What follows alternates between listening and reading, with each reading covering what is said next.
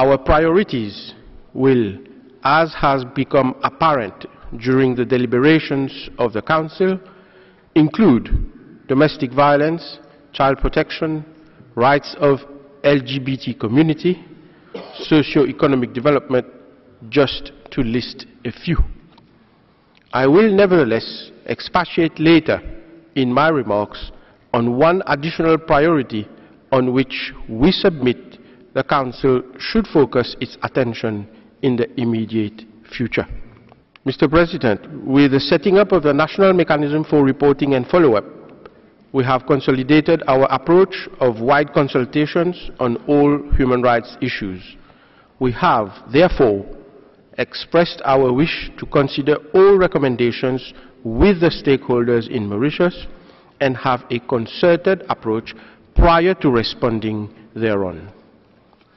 We believe this will ensure a holistic response to the recommendations made.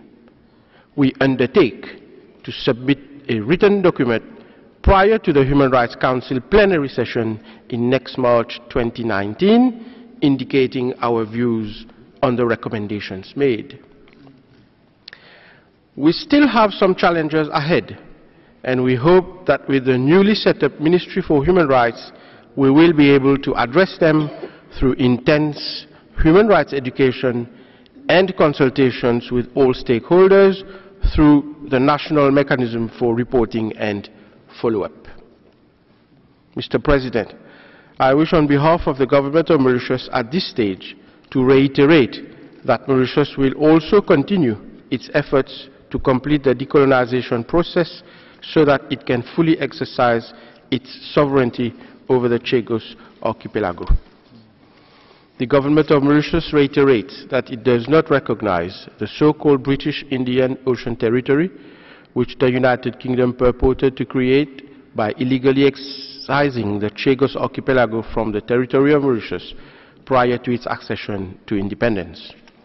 The Chagos archipelago, which has always formed an integral part of Mauritius, was excised in violation of international law and United Nations General Assembly resolutions 1514 of 14 December 1960, 2066 of 16 December 1965, 2232 of 20th December 1966, and 2357 of 19 December 1967. Mr. President, with your permission, I wish at this stage to draw the attention of the distinguished delegates in this August Assembly to one priority which we believe should receive the attention of one and all. Mr. President, as we all gather to commemorate 100 years of the armistice this Sunday, we have to face a glaring reality. Hate speech is rising exponentially, and to make matters worse, hate speech is propagating like a virus within the anonymity of the Internet and online platforms. Worse still, Mr. President, the anonymity of the Internet promotes a culture of impunity.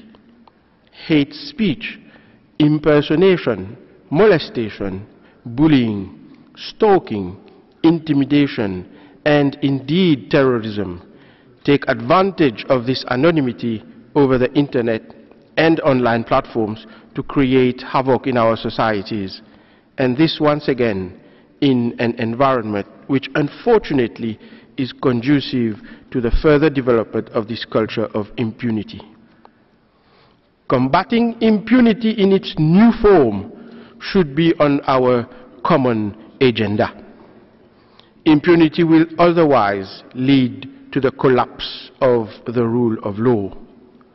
These are the new forms of threats to world peace and security, and also to the peaceful enjoyment of human rights by the citizens of our respective societies. My submission is that state parties should face these glaring realities and come up with recommendations on how best to address these issues. On behalf of the Government of Mauritius, I look forward to working in the closest forms of collaboration with the Office of the High Commissioner for Human Rights on these new and emerging issues, and this with a view to ending the culture of impunity. We look forward to further collaboration with a view to establishing effective mechanisms for accountability. Such national accountability mechanisms will go a long way to reinforcing the rule of law. The sooner we address this new phenomenon, the better it will be for our respective societies.